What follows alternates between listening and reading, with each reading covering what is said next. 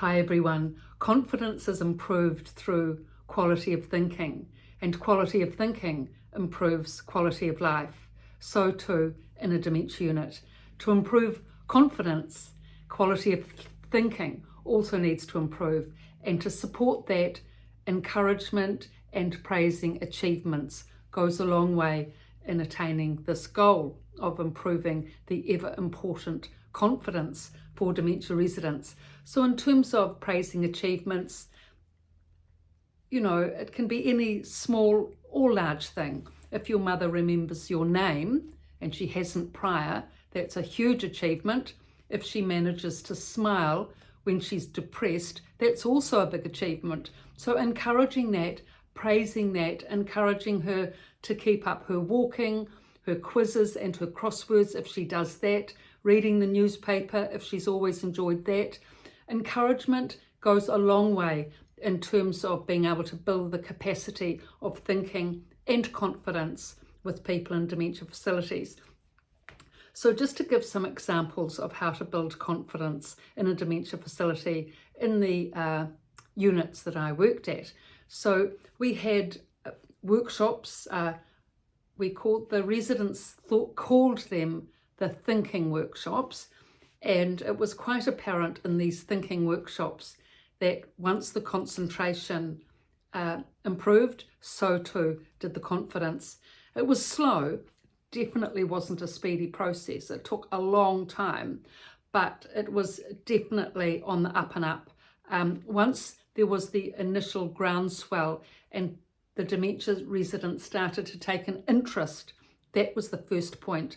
Because when I first started, the people were very shut down and shut off. The whole group, the first initial group. That changed later on with new, brighter, more articulate residents. But initially, the first group was all shut down, and shut off. I actually didn't think I was going to get anywhere with the work.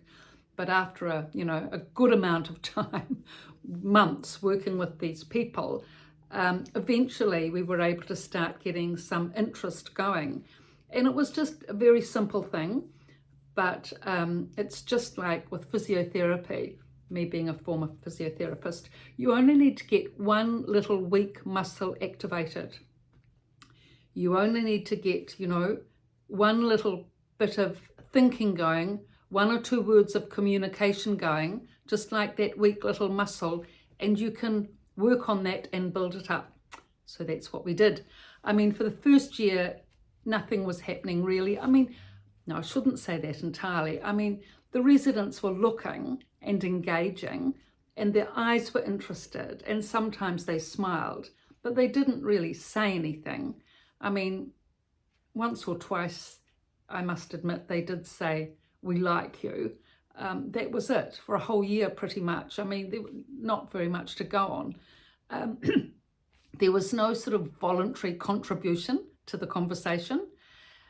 Anyway, we kept going. I was actually encouraged by their smiles and their warm expressions. To be honest, I found that very sustaining. And I thought, look, we must get somewhere at some point, Anyway, physiotherapy-wise, the whole thing is that, you need to get, if you can't get the person rehabilitated, at least get them managing. So this was my whole ethos and goal, was to at least try and see if we could help these people manage to have a better quality of life. And I realized that there needed to be communication for that, and behind that there needed to be confidence building, and behind that communication. I knew that from all the meditation and reading that I'd done. So this was the whole goal of it. Anyway, the first response we had, which was really something to actually go on, was I was talking about the workshop was on the seasons. Summer always being the easiest season to discuss somehow, because that taps into the past memories of happy summer holidays, family, children, sandcastles. Anyway, at this initial early stage, we were talking about the summer, or pretty much I was talking about the summer because the other residents weren't speaking. So I was not just talking to myself, talking to them and responding to their warm expressions. that was how it was. Anyway, this one particular day, talking about the summer, and it was summer at the time as it happened, sun was flooding in through the windows, which they love, and that makes them feel relaxed and at ease, even though they're not in the sun, they're feeling the warmth of the sun or seeing the sun. Anyway, so I just said, okay, so what do you like about summer? And one of the ladies said, sun. Now that was a big deal. Sun in the summer. Very good. Anyway, so that was it. That was the start of it. Talking about sun in the summer. So I was able to just, a whole month was spent talking about sun and summer, Sumner and beaches and sandcastles, getting photos out from their bedrooms and from their walls of them in the sun with their family at the favourite Sumner beach, and on and on. So you just need that one word, that one contributive word, which takes confidence to communicate. Because if you've been shut in your dementia cave for months or years and you haven't been speaking, nobody's been asking your opinion or expecting you to speak, and you've just given up on speaking and you've stopped speaking, it actually takes a lot of effort to come out of that dementia cave. It's a bit like having been a Carmelite nun for 5 years and then try speaking. You lose the skill, you lose the confidence, and in the end you don't want to.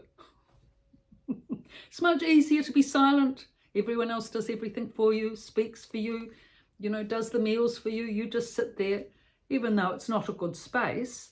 Being in a dementia space is never good, because that's all mind spin and mind blanks and memory loss.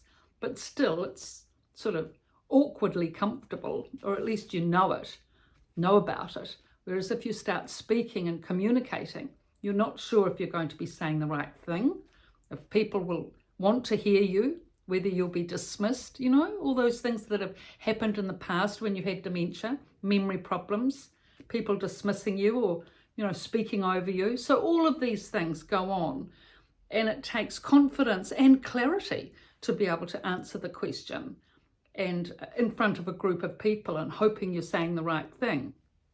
So anyway, this one day, Betty said sunshine to the summer, topic of summer, was really the breakthrough at that point. Certainly on that day, and for the whole month, we had a whole wonderful, array of topics on summer.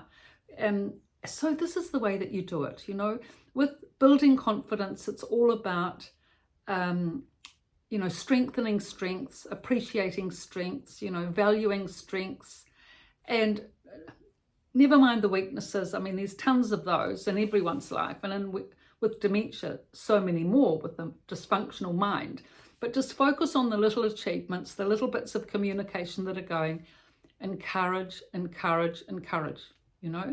big time, and expect that there will be communication. Once the communication starts, don't push it, but just encourage, So with the workshops after that, there was the expectation. Then now that one of, Betty had started talking, and of course I was praising Betty to the hilt, how fabulous it was that Betty was explaining about the summer and the sunshine and all the fabulous things in summer, which I contributed, but, relayed that to Betty's accomplishment, mixed it all in. And then there was the expectation for other residents to start to speak. I mean, Betty was speaking, so they could speak too, couldn't they, if they made the effort? And they did make the effort. They did make the effort when they were interested, when they were in the mood, when they were relaxed and comfortable. They, one at a time, started making the effort to say one or two things on their topic of interest. So this is how it can be done. And quietly, confidence built day by day, month by month, until they had a beautiful established community where they had friendships and a quality of life, which they hadn't had before. So I've written these 2 books here, The Resident's Voice and The Resident's Rise, both from a dementia unit, can be got from Amazon or in the description below my website. Thank you for your looks and your support and your encouragement and comments. Thank you.